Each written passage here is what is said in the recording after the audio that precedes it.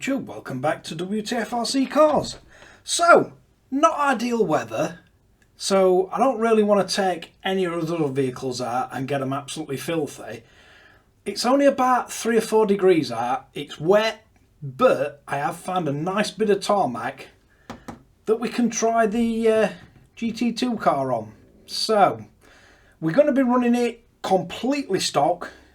Got 2 of the Gens Ace bashing, 4000 mAh 50C.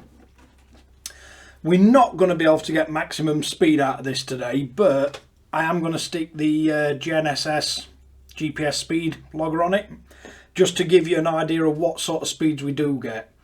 And I've not driven this at all, so it's going to be interesting to see how it performs, and I'm looking forward to trying the stock radio as well.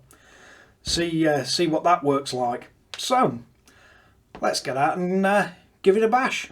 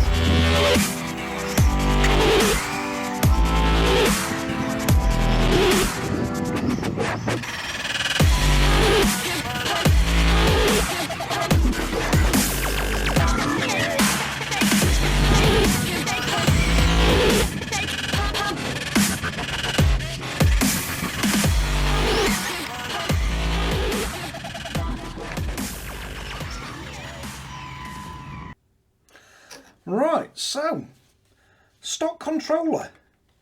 I do like it. It's comfortable.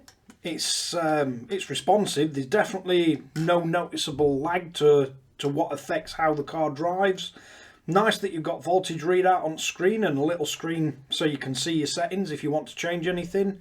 The trim, nice and easy to get to, and didn't have a problem with range, didn't have a problem with interference even though it were an industrial estate. So yeah, the stock controller, perfectly adequate.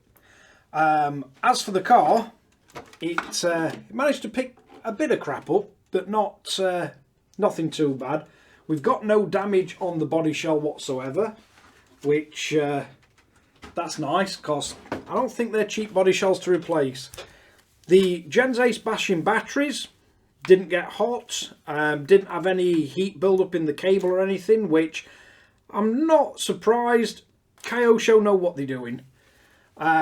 Speed wise, even though we had next to no grip, and you can see how easy it was for me to drift the car around, and it was brand new tarmac, but it's really wet and it's very cold, and we still managed to get 40 mile an hour out of this. So I can't wait for some drier weather to get an actual speed run on it and see what it does do with the stock motor and stock gearing. Handling wise, straight out the box, the only complaint that I can say is the brake is set up non-existent. There is very little brake out the box, so I'm going to look into see what we can change on this. I don't know if we can use the Hobbywing Wi-Fi programmer on it. I'm going to have to give that a try. Failing that, I'm going to have to be pressing buttons and see if we can turn the brake up a little bit. The rest of it, I would say, absolutely fine. This probably is one of the few RCs, with it having the adjustable threaded shocks and not your standard tacky, nasty, horrible radio gear, I would be quite confident in saying you can literally buy one of these and run it as in-out box and not have issues with it. The body shell's nice, the suspension setup's really nice, the handling's nice, and the motor is plenty of motor for this type of car, especially if you're going to set up little tracks or 1/8 scale size tracks and you're going to use it as it's intended.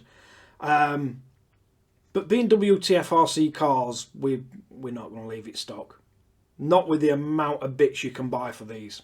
So, bit of a spoiler, probably going to end up on MB4 or the Noble Pro radio gear. We've got a bunch of different servos that I can't wait to try out in this. I would say this servo's plenty powerful enough.